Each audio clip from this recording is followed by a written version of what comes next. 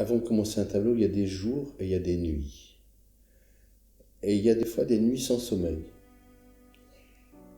Parce que le tableau, j'essaie de me le faire dans la tête. Sauf que notre cerveau n'a pas 4 côtés comme un tableau. Moi, je suis assez troublé par ça. Donc je fais des plans sur la comète, j'essaie de me dire, bon ben là, je vais mettre telle couleur, je vais faire tel geste à tel endroit, et je vais équilibrer ou déséquilibrer de cette façon ou d'une autre. Et puis, dans la réalité, ce qui se passe au final, au moment où je suis en train de peindre, c'est jamais pareil. Ce qui est important dans la peinture, je crois, c'est l'aventure. C'est, comment dire, c'est pas parce qu'on est prêt qu'on y va, c'est parce qu'on y va qu'on est prêt. Et quand je me lance dans l'aventure. L'art est un jeu d'enfant. C'est une histoire de l'enfance, c'est ça. Moi, je suis persuadé que nous sommes tous des artistes en puissance. Nous avons tous un potentiel d'artiste, un potentiel de créateur. Je ne connais pas un enfant qui ne gribouille pas quand il est petit, avec des feutres, avec de la peinture à l'eau, avec de la pâte à modeler, et qui font des choses comme ça. Ensuite, il y a la commission de censure. La commission de censure, c'est qui? La commission de censure, c'est la maîtresse, c'est le prof de dessin, qui va dire à l'enfant, « Ah, mais tu vois, ton bonhomme, il a la tête trop grosse, ou il a les pieds trop grands, ou trop petits. » Enfin, on te fait comprendre que ça ne va pas. Et je pense que l'artiste, c'est celui qui n'a pas écouté la maîtresse. J'écoute qui, du coup? J'écoute ce chant-là, cette chanson qui se crée, que je crée, avec les couleurs, avec les outils, avec les médiums. Et c'est ça, c'est quelque chose qui se crée. D'ailleurs, je dis souvent, sacré. Petit jeu de mots au passage, parce que l'art est aussi sacré. Je ne sais pas ce que c'est, si c'est moi. Il y a quelque chose qui crée. Beaucoup de gens pensent qu'il y a une inspiration. Moi, je ne crois pas à ça. Je ne crois pas à l'inspiration. L'inspiration, ça serait quelque chose d'assez romantique. On voit très bien Chateaubriand sur son rocher, avec ses cheveux au vent, etc. Non, c'est pas ça. Moi, c'est quelque chose qui se fait au moment où ça se fait, ou pas. C'est comme ça que ça avance. J'ai jamais envie de peindre. C'est un scoop. Jamais envie de peindre. Besoin, oui, besoin. Alors quel est le besoin? Pourquoi je fais ça? Ça, j'en sais fiche rien. Mais non, il n'y a pas de jour avec ou de jour sans. Il y a des jours où je suis même fatigué, où j'ai vraiment pas du tout envie, où ça ne va pas, et c'est à ce moment-là que sortent les choses les plus intéressantes, souvent. C'est l'histoire du récital de Keith Jarrett, le Köln Concert, le concert de Cologne, qui pareil, était devant son clavier fou de rage parce qu'on ne lui avait pas livré le bon piano, et qui fait la plus belle œuvre certainement de toute sa carrière. Donc on ne sait pas à l'avance ce que ça va donner. Et c'est ça qui est intéressant. Si tout était joué d'avance, ça va, ça se fait. Encore une fois, ça se fait. Il y a une force qui me meut et qui fait avancer le tableau. C'est ça qui m'importe. L'improvisation, ça permet de sortir ce qu'on a au fond de nous.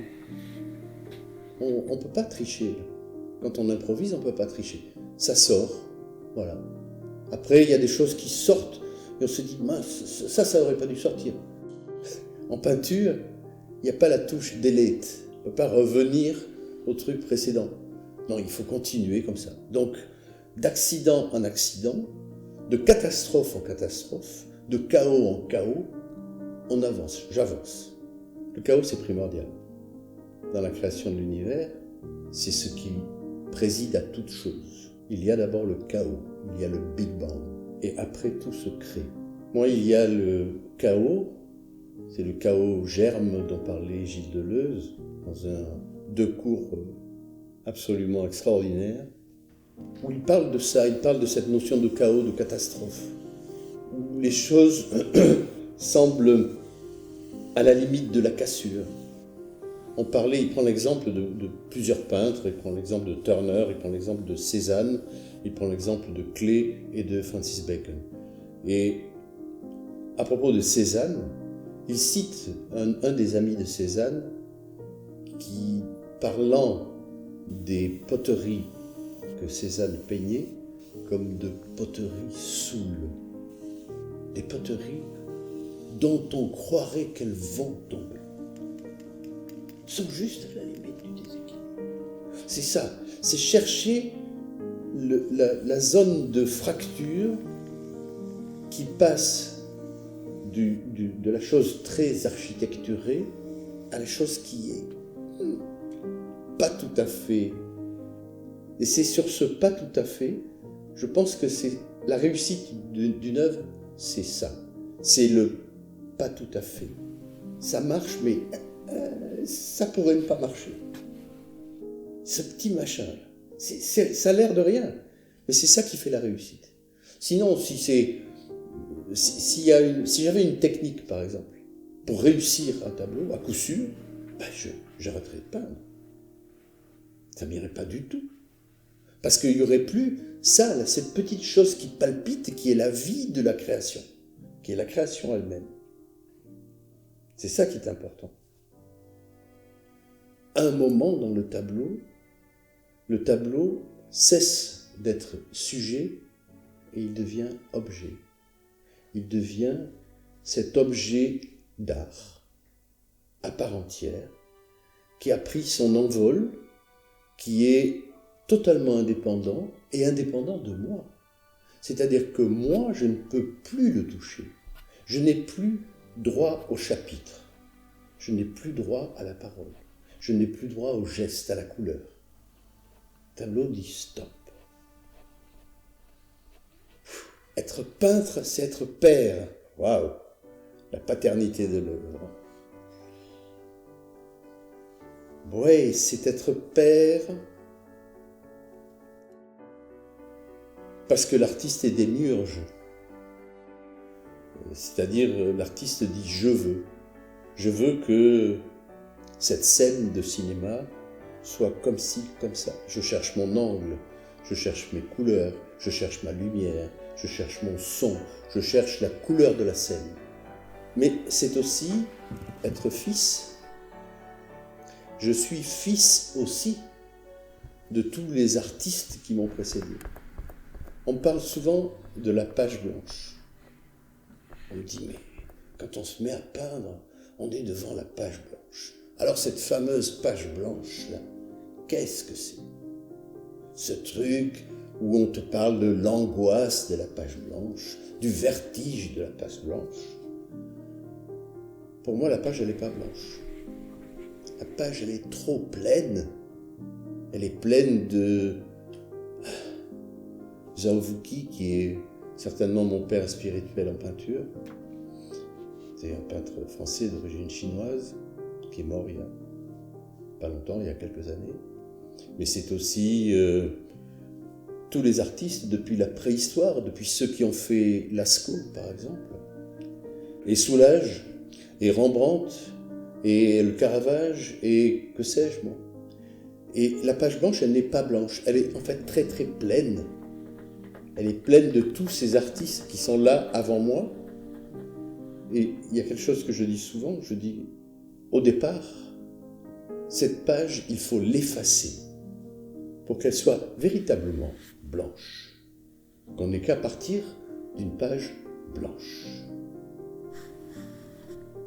L'instrument le plus important de l'artiste, c'est la gomme, pour tout effacer. Alors, Avec le temps, ma peinture évolue, elle change. J'ai été pendant des années véritablement dans la roue de cet artiste dont je parlais tout à l'heure qui s'appelle Zhao Wuqi, qui s'appelait Zhao Wuqi, qui s'appelle toujours Zhao Wuqi, même s'il est mort, il est toujours là. J'ai été dans la roue de cet artiste pendant fort longtemps, et petit à petit, en continuant de peindre, je m'en suis aussi éloigné. J'ai commencé à parler mon propre langage. La peinture, c'est un langage. Si je traduis ce langage en français, je vais le traduire dans une autre langue. Il y aura ce que les Anglais précisément appellent le lost in translation. Ça sera perdu parce qu'il y aurait des choses qui ne peuvent pas se traduire. Il y a des choses que je fais en peinture qui ne peuvent pas se traduire en mots. Ça dit quoi? Ah ben ça dit ça. Ça ne suffit pas? Ah ben tant pis.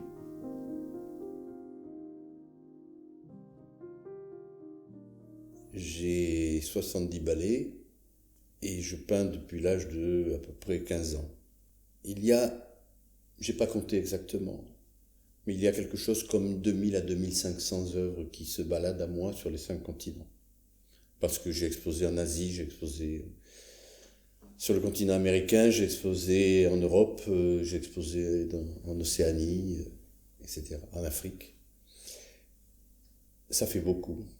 C'est toujours passionnant, intéressant, fascinant de savoir que là, au moment où nous parlons, il y a un enfant qui dort devant une de mes toiles, il y a un couple qui se déchire, il y a des gens qui déménagent et qui trimballent avec eux leurs tableaux.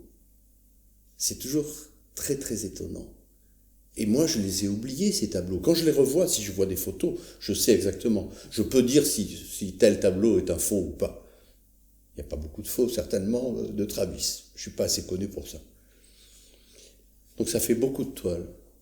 Et des toiles dont je peux avoir le souvenir, véritablement.